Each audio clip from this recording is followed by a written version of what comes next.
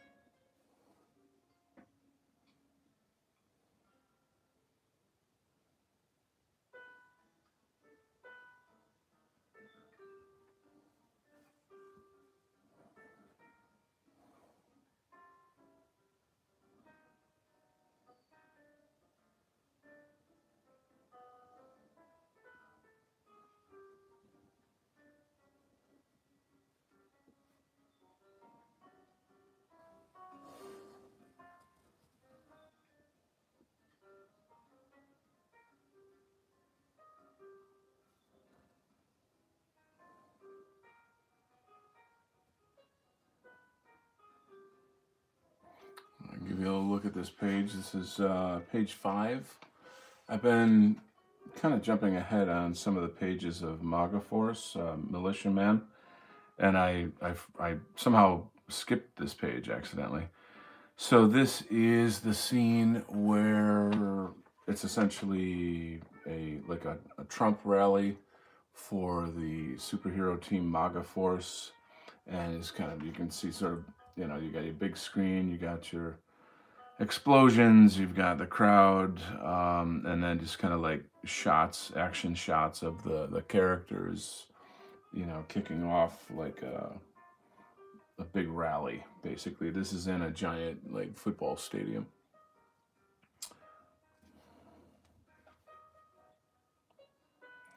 The maybe one of the harder things in comics is drawing crowds of people. Like that's the human eye is not gonna single out every detail of every person, you know, and like that kind of thing. It's more like a giant mush, you know. But even that has a sort of a form to it, you know. When the colorist gets to it, he'll be able to, you know, kind of work some magic and give it some like color variety and tones, textures, etc. Yeah, so like it's one of the reasons why I always say that comics are the hardest medium in art. It's, you know, filmmaking on paper, but you know, I guess this is kind of what like a CGI guy would do. You know, imagine doing the CGI for like Lord of the Rings or a video game where there's armies of people and such. It's kind of daunting, to be honest with you, but you have to figure, as a comic book, as a form of entertainment, people are going to glance at this and be like, okay, I get it. You know, that's the stage, that's the title, this is the crowd. They're not going to really linger on all these little characters in here. They still have to make some kind of sense, you know. Actually, perhaps I'm wrong, because like that's sort of one of the aspects of comics, is that you can linger on stuff. I poured over my comics when I was a kid, you know, but again, it's not like this isn't an aspect of the comics that you would necessarily pour over. You're more interested in the characters, you know. When I was a kid, I can remember, like quite young, I was very fascinated with Spider-Man, you know, and like these really cool shots of him flying around the cities, doing his thing, and the anatomy always impressed me a lot. I was always quite like, wow, man, that's freaking sick. That's super cool.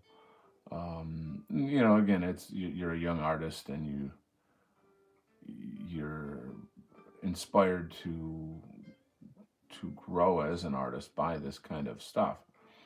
And you know, I can remember as a kid, my you know, friends of mine and myself, we would try to figure out, you know, like, how do you draw the muscles? How do you draw all of those things? You know, and we had come up with little systems and little ways of figuring things out, like, okay, the leg muscles are grouped in this kind of fashion. And you know, but as a kid, you weren't very sophisticated. You couldn't really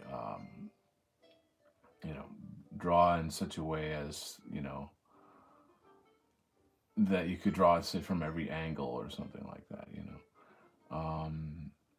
But, you know, you figure that out over time, and blah, blah, blah. You know, this is anatomy's, you know, got to be the most important aspect of this kind of illustration work. But a lot goes into architecture, a lot goes into composition.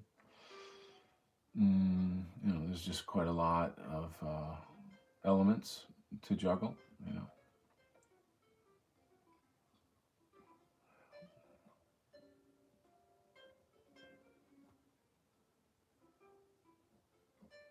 So in my last video, I played some Yes, the band Yes, and I did get some kind of a notification from YouTube. But weirdly, they were like, you know, this isn't.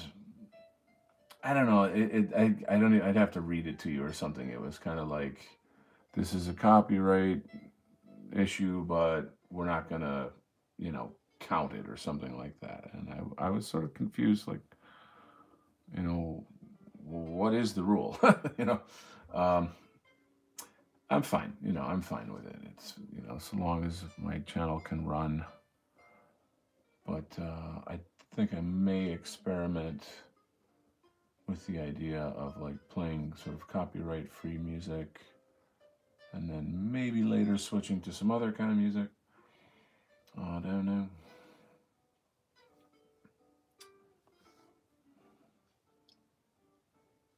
But like this kind of jazz that I have on right now, it's there's tons of these sorts of videos out there. It's just like whatever jazz, you know, like background music jazz, you know.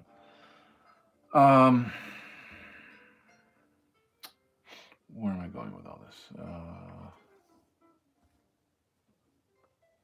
It's not really my first choice of music, but it seems like it's generic enough that I can use it for videos. This was challenging, this idea of like these sort of like confetti explosions, you know. That's an odd thing to draw. It's kind of difficult to draw. In terms of it's just highly detailed, you know. Let's see if anyone's here. Check the chat. Oh, there's already a couple folks here. Who we got? Mr. McLean, good to have you here, sir. Fire up the Friday cigars, drink some bourbon. Well, I think, you know, I've recently quit those things, but God bless you. I'm doing it in spirit with you, my brother. Dropped a needle on some classic rock. I'd like to, but YouTube will give me a strike, and you get so many strikes, and then they shut you down. Man, I actually do have a bunch of like 45s. I've got a fairly sweet little album collection. Hello, Mr. Pyle. Welcome. Blackbird's music is here. That's great.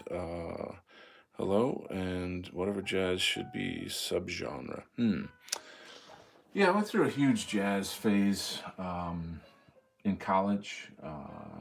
My roommate he was in the communication program at my college, and he had it was just the coolest thing. This is like one of those scenes that, you know, if anybody makes a movie of my life, this would go in the movie. So I'm young artist musician out of high school, going into my dorm room.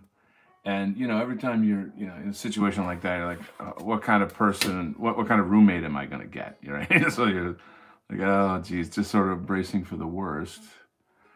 And I get in there, and the dude he's sitting on his bed with an acoustic guitar.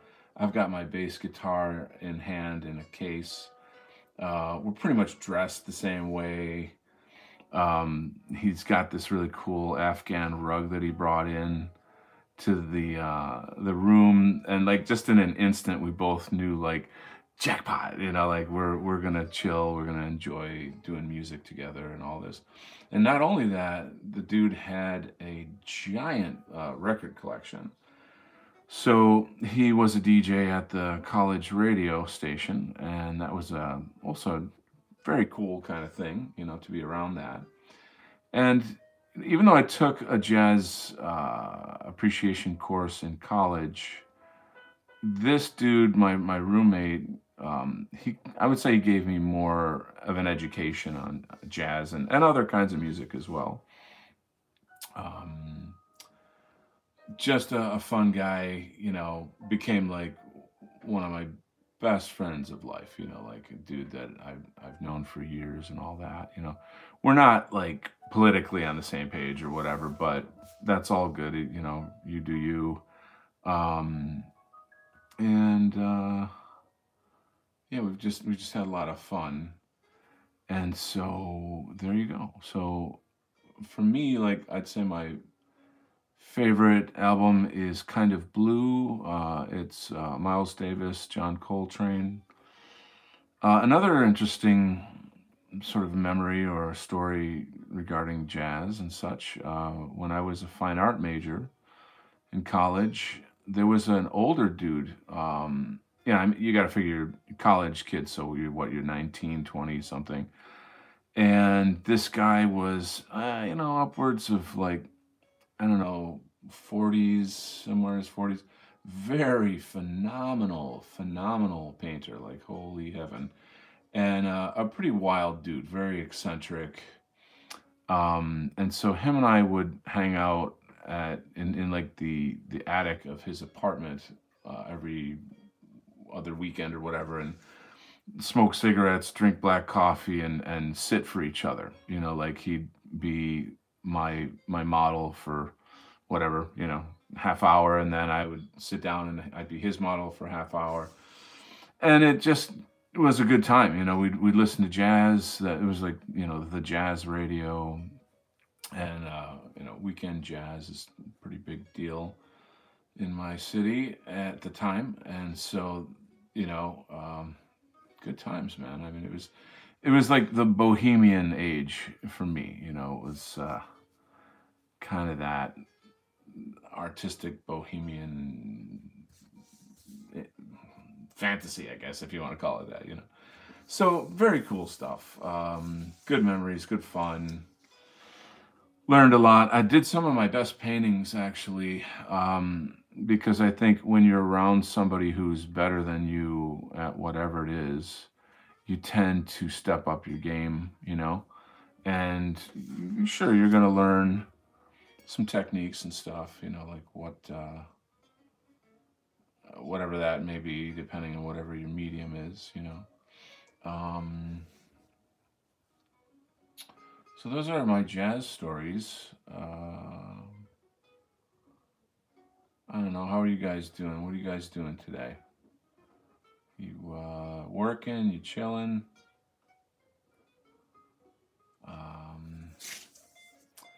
I got a lot going on in my personal life, and I'm just trying to get myself in a nice headspace. I have started today with a really, really good session of what's called Qigong, which is, I would say, a Chinese yoga, for lack of a better term. It's not like Indian yoga, but for the novice, that's a term that I could use to explain it. So it's a kind of energy meditation system. There's many, many kinds of qigong, and the one, and I know a bunch, but there's one particularly that I learned in one of my kung fu schools that is highly esoteric and extremely powerful. So I'm gonna make it a point to do that every day, and that's gonna be a new health regimen for me. Um, there's a lot of there's a lot more to this stuff than health. Obviously, there's a psychological dimension, there's a spiritual dimension, and I know a lot of people in the like the white identity sphere are not, they're not interested in or knowledgeable about things like Chinese yoga. It's just not part of what we are. But I do, I can say that arguably there are links to this information, these practices, and the Scythians. Now, the Scythians were an early Proto-European people that, you know, if you know your history, you know that they lived all across Russia. Um, Robert Zephyr, who is one of our well-known archaeologists in our sphere, he recently published a video called The Yellow Emperor, where he basically creates a case saying that the earliest known emperor of the Chinese civilization, called the Yellow Emperor, was Caucasian. And he shows all of the evidence for it. And now this is obviously extraordinarily controversial. I guarantee you the Chinese will do backflips through flaming hoops to deny such a thing, but science and archaeology bear it out. So it's quite fascinating. And I just find these things amazing in terms of like what a far-reaching sort of effect our people have had. And I say our people, I know that that's really stretching it. That's quite broad, But at the same time, you know, genetically we come from the same tree. Anyway, that's quite a abstract kind of topic, and maybe not something you guys want to hear. I don't know, but that's what it is. And I'm doing my thing here. I'll check the chat a little bit, see if there's any comments. Maybe I better move this over so you can see better. And we got, oh, right. Nils is at the bar, chilling out, having a beer and a cigarette. Not as classy, but it does the trick. Wow, there's a lot of comments here. I gotta go back. Hello, sir. Love the art streams. Thank you. So glad you. I really don't know why you guys love these streams so much, but I'm just so happy that you do. I would be willing to take any kind of advice to improve them if you feel that there's something I could do. I'd watch a movie about your life. Thank you. I believe there will be a book. That is most likely going to happen. I've met friends who do not agree with me on politic issues. Doesn't matter as long as you can mutual respect. To an extent, yes, that is true. I'm chilling at the bar. Yoga is cool. Jay Lewis says Scythians are the original horse lords, I think. And I would maybe even venture to say that the Mongols learned it from the Scythians. I'm only saying that because the idea is out there, not because I just made it up off the top of my head. It's something I've heard of. Zephyr isn't in our sphere. He's an echoing grifter, Babyface Nilsson says. Let me respond to that in a sec. Robert Pyle says, what kind of paper are you drawing on? It's Bristol board. No, Bristol board is a little expensive. I use just standard paper, because when you are in this world, you sometimes need to use what's called a light table. And a light table is a light table. So let's say if I want to trace something underneath this and ink it over here, then I like paper that's very thin because I can see through it. So that's just like the comics, tools of comics, if you will. All of this is going to end up digital. So my thinking is, I'm not working at the Marvel bullpen sitting there with, editors hanging over my shoulder or whatever. So, and they're providing the expensive Bristol board paper. I'm just me in my studio, so I'm going to go with whatever I can. The Zephyr thing, that is correct. I don't think it's really fair to say he's in our sphere, that he is. I would agree with you. However, there's a lot of what he does that people in our sphere will use as kind of evidence to say, we're part of this, or we take credit for this, or it's related to things that we care about. That I think is a fair statement. So I'll stop there. All right, what else is going on? So it's pretty interesting. Let's have a quick look at where we have, how far we've come. All right, so these are all the pages that I have so far. This is page 5. So let's do kind of a little stroll through the story. Only you guys get to see this kind of stuff. Only the 3 people watching live. I know more people will watch it later, but whatever. So, the introduction, there's a satellite, shoots down, blows up this building. You have this mysterious, let me move the camera, maybe. This mysterious biker character who takes off and, finds a body in the wreckage. Now, an explosion of that scale, there's no way that a human body could be in there. So there seems to be something special about that the body or the guy that he seems to be saving. And there's later in the story, there's a sort of a kind of a father-son type relationship between these people.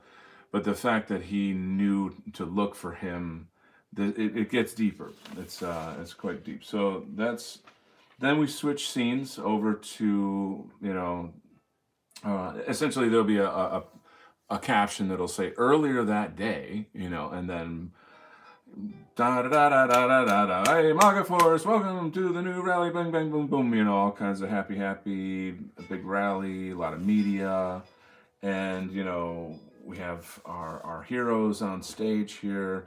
You can see the stadium, the scale of the rally. We've got our main guy from Judeo-Christian News introducing the characters. We see the fans, the reactions. Then we get a little bit of like news coverage of like the cult that the superheroes are fighting and how they're disturbing America and our democracy is in danger. And I know you guys the language that I'm using here. All of this is a ruse, essentially. I'm kind of setting up like a giant ruse. Here we have, cut to the team at Judeo-Christian News. There's a little like montage of, community services and things that they do, whatever those might be. And then back to interviewing the main character, Militiaman, who is with his wife and makes the announcement that they're going to have a baby. And so this other character called Flexo, he's kind of the smart-ass comedy relief, makes a little joke about the baby, he's got his back, and ha ha ha, and just little fun, little comedy, little character development. And, we get to some montages of like the action scenes and the powers that these guys have. Because we're in the stage of the story where you're introducing the characters. Now we go behind the scenes. We're in the television studio where you have the sort of the silhouette, the black silhouette of the corporate head who's overseeing the production of this rally on TV.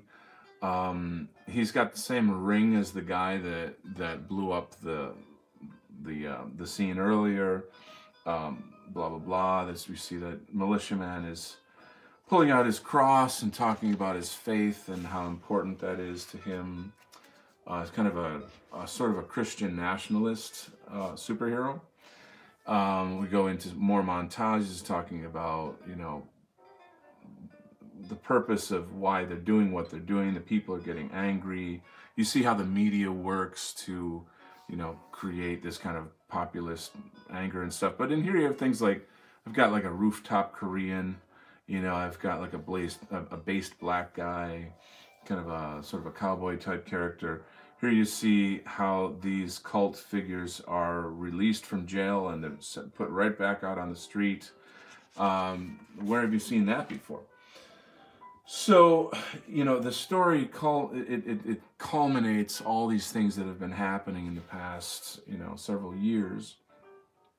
Now, here, what you're starting to notice is that the one guy who's doing the interview, he's actually got a crush on Militiaman's wife, and that is another subplot in the story that has very, very horrible consequences later in the story. Here we're going back, more action sequences. I'm not going to give everything away, but you get the general sense of it. The main guy who's running the production, his name is Horkheimer, and if you know anything about the Frankfurt School, there's a figure named Horkheimer in there. Now we're switching back to the dude that like has the laptop with the laser, and he's doing some stuff. I won't go into too many details. They're communicating. Basically, he's like sending in the dancers, and the main the sort of interview guy here with Judeo-Christian News is saying like, wait a minute, I haven't done the sequence yet on the fascist villains and how we have to talk about how fascism has no place in America, and this guy's like, no time. The superheroes are being called off on a mission, so they get called off on the mission. Here you see the kind of flying car. I'm wondering how well you guys can see that. It looks like it's okay. The visuals seem to be okay. So they're off on their mission. No time for applause and all this stuff. We're heroes. We gotta run. So they show up in this kind of what do you call it? Like a warehouse type environment where this is where the cult members are unloading huge amounts of guns and bombs, and it's a giant munitions crime scene, where they're amassing all these weapons. And so the superheroes have to go to this location and then kind of figure out how are we going to bust all these guys. And granted, they're probably loaded, stacked to the hills with weapons and stuff. So we're about to get into like the real the real action of what's happening here. So it's gonna be it's gonna be fun. It's like, comics have to be fun. It's entertainment. And then in the entertainment there are ideas, and I would say that edutainment or what have you, it's how it sinks in deeper. I always say that people know more about Star Wars than they do about real wars. So that being the case, why is it? Like, you got nerds that can tell you every different type of alien or all these different planets in Star Wars, or blah blah blah, the history of the characters. Why is it that they can't talk about the history of, say, World War II, or know things about, like, say, the Scythians or such? So this is the idea, is to kind of embed or Trojan horse ideas into entertainment, so that when the emotional impact happens, you know, the knowledge will embed itself into not just the minds, but kind of the hearts and souls of people. You know, we have experiences in life that are very shocking and traumatic sometimes, and we are formed by those experiences.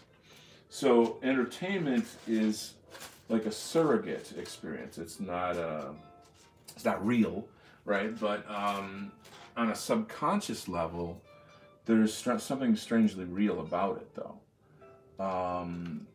You know, like for me, when I saw Blade Runner, for example, I happened to be like a teenager at the time when I saw it, and it had like a giant impact on me, like creatively, but also sort of philosophically.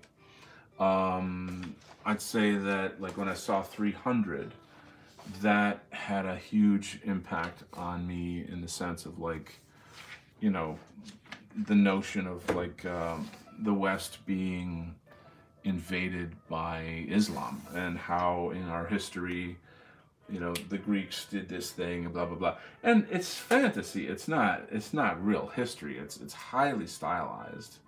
Um, but that's kind of what, you know, kicks it in. That's what sort of digs in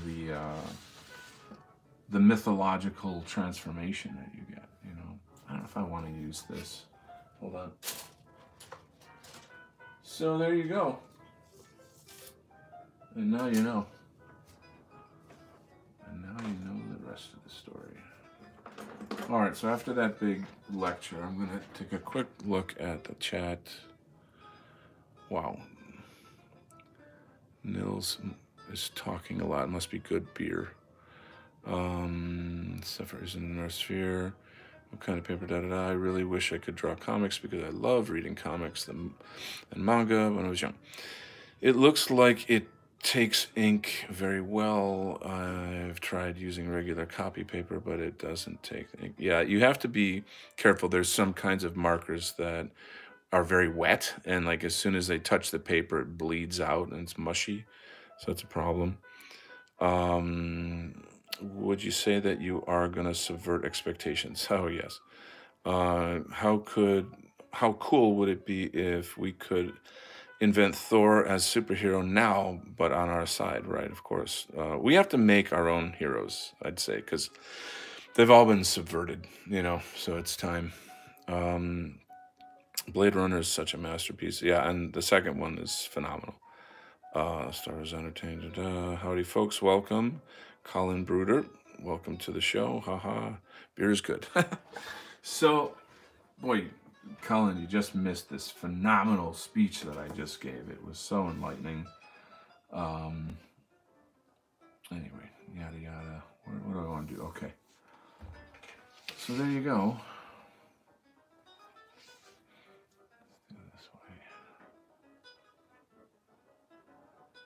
It's kind of crazy in comics because you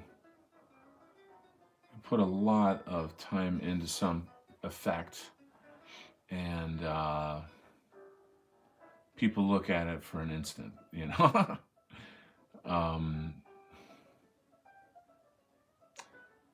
There's something I notice about people, though. They're very, like, they really care about detail, like a lot of detail. The most common question is always, how long did it take you to draw that, you know? Which is not the real measurement of art, but it's just sort of, you know, it's out there. It's a common question. And, you know, there's value to time and effort that you put into something. But yeah.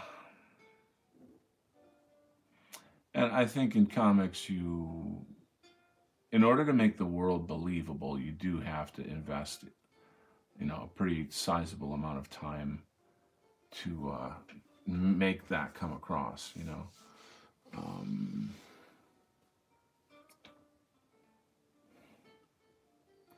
But then you've got, like, for example, Hellboy, Mike Mignola's Hellboy. It's highly stylized, but it's not super, super detailed. And compared to a lot of other comics, he's not like Mr. Hyper Detail. He blacks out huge amounts of the page with shadow. And you kind of do have to wonder are you doing that to get away from drawing details? I wouldn't say that. I That's not true. But I had the pleasure of meeting him at the New York City Comic Con some years ago. When I came back from Asia, I was really hot for getting back into doing comics. Um, and anyway, you know, I put together a portfolio. I went to the Big Apple Con in New York City. I forget the location, but anyway, so part of it being that I had become a big fan of Mike Mignola, Hellboy, and I knew he was going to be there. So I was all like nerding out on that. And so I got in line or whatever, and I saw. Now he wasn't. This is before the movies, so he wasn't like that rich, famous movie guy or whatever. Like he hadn't hit the jackpot.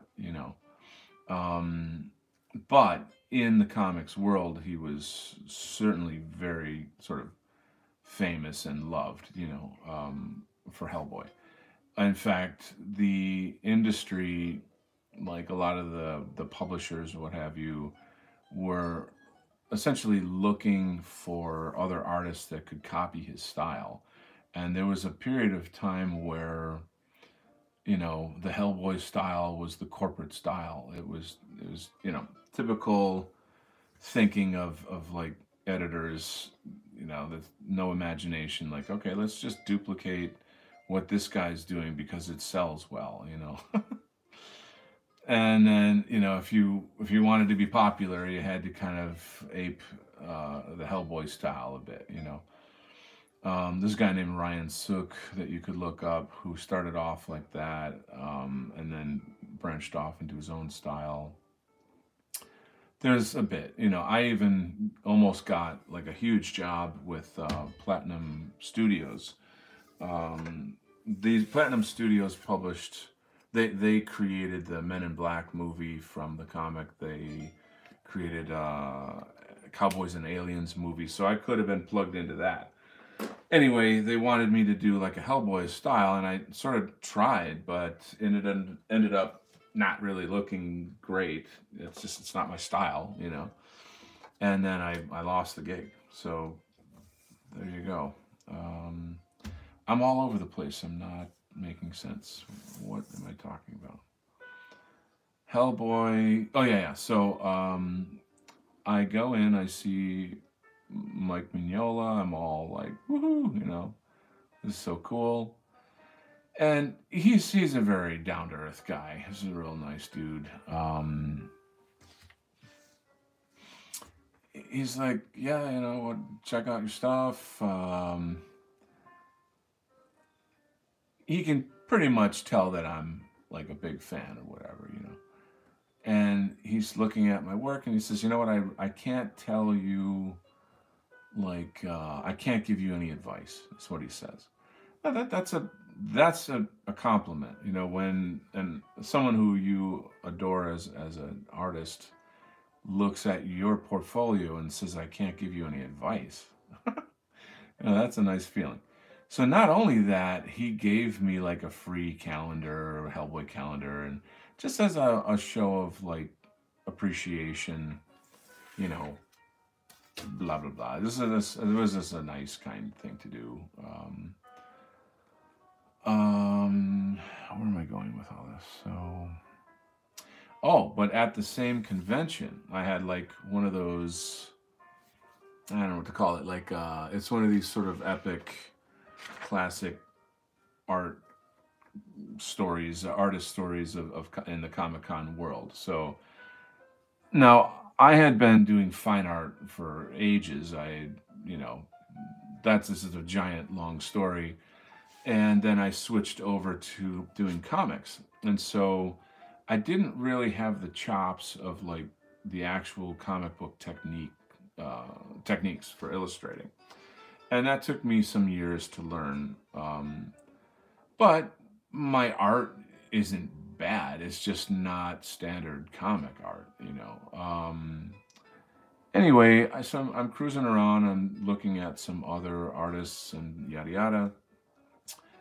And I feel like I'm not gonna say the name of this guy because it's just I'm not trying to make enemies or create like internet drama or whatever. But there was a somewhat well-known artist working for DC Comics who I showed him my portfolio, and he decided to make an example out of me in front of everybody. So what that means is basically he's just a cocky asshole, and he's gonna try to humiliate me in front of everyone to show like how important he is, that kind of bullshit. And you got to realize like I'm not some like 15-year-old dweeb who, is gonna like collapse because these big industry guys insult me in front of people, something like that. I'm already a very, very well established artist in the work I do, which is at the time more on the fine art level. So, he looks at my portfolio and he's going through, and then it just like gradually raises his voice more and more.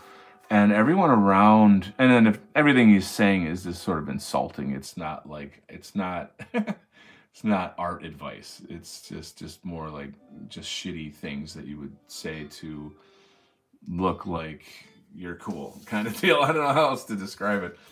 And I'm just sort of looking at him, and I'm very neutral because I'm like, I believe me, dude, I don't care. I'm already there. Like I've already succeeded at the things in life I want to succeed at, and you're not like you're nobody to me, so I don't really care. And I didn't. I just thought, well, this will be neat to just show my stuff around and try to learn something, right? So like everyone in the general vicinity, they just like all crowded around the table, and he's trying to sort of turn me a new one, that kind of thing, and so it was a scene. It was weird. It was pretty weird, to be quite honest with you.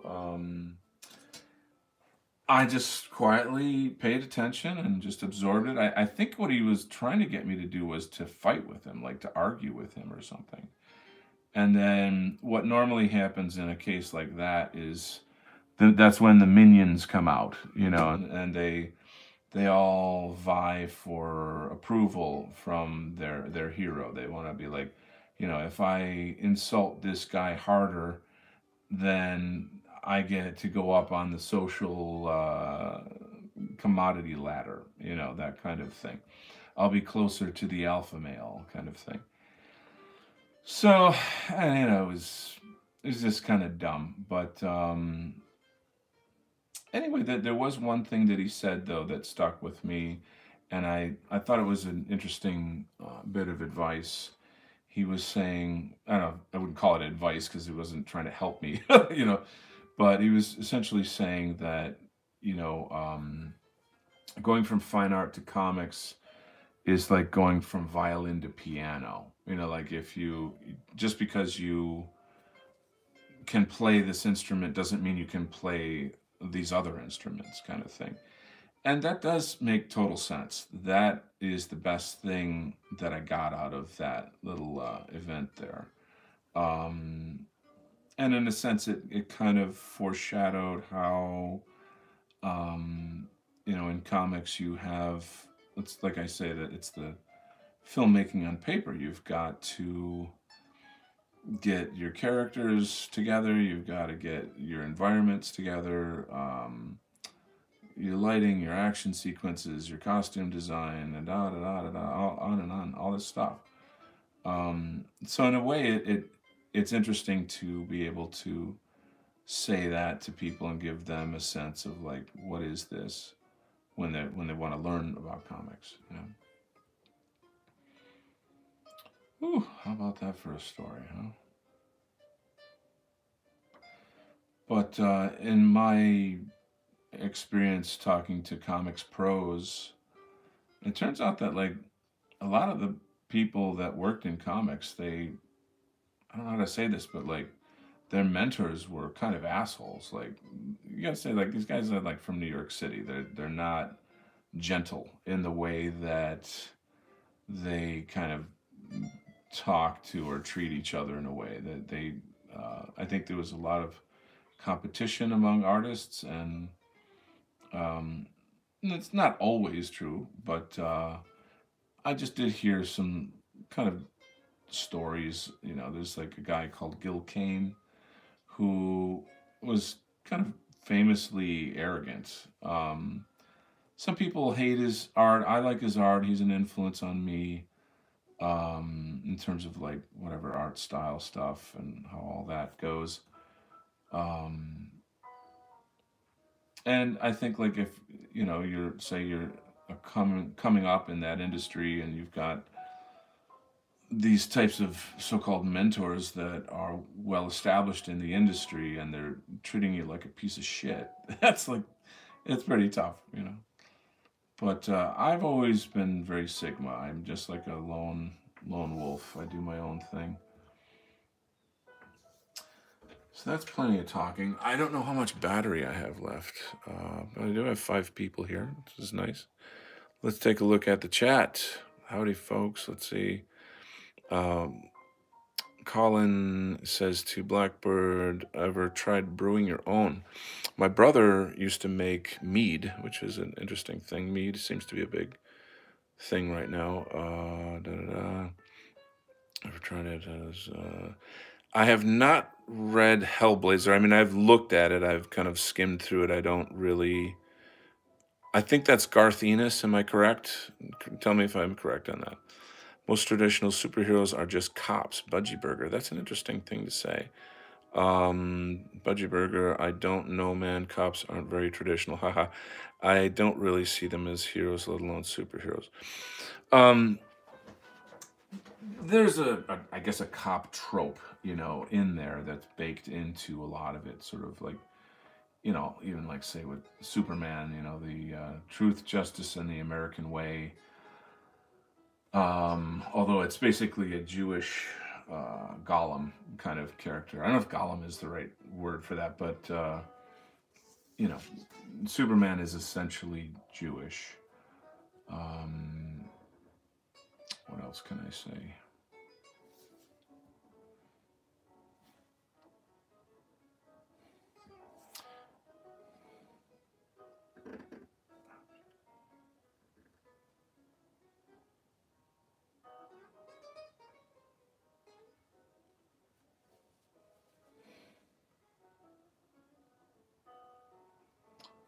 So as far as the Garth Ennis, I'm not a fan of him. I think he's very degenerate. Um, I find his work like intentionally very offensive. I'm sure that there's good bits and stuff in there, you know, whatever. It's not like all bad or whatever, and there's, you know, he's certainly not untalented. Um, but I think he came out of a time when, oh, what do you call it? It was that age when comics was kind of getting over the what do you call it? Something code. I forget what it's called. Some sort of a code, comics code, where back in say like the 50s there was a comics code that was meant to tell parents that like this is safe reading for your child. And then, you know, time passed and people were like, okay, well, you know, we've all grown up, you know, we don't need comics codes anymore. Then you had the birth of Vertigo comics at DC. And then it just was all about like, okay, how far can we go? How degenerate, how offensive. It looks like my phone is starting to die here, so Probably going to wrap it up quite soon. If not, maybe now. But there you go, guys. It's another little jam session on Militiaman with Donald Kent. Thank you so much for joining me. I'll take one last look here. Garth did run on Hellblazer. That's the one I read. Okay. Well, I'll have to look at it. Superheroes never go after the system, corrupt politicians, judges, etc. We could, that's a big topic. We could go down a huge rabbit hole there. The ones I'm creating are going after the deepest level of the system. And like, I have to first set the whole thing up in the first few issues and then like unleash the Kraken, so to speak. So stick around for that. Anyway, guys, thanks so much for joining. We'll talk to you next time.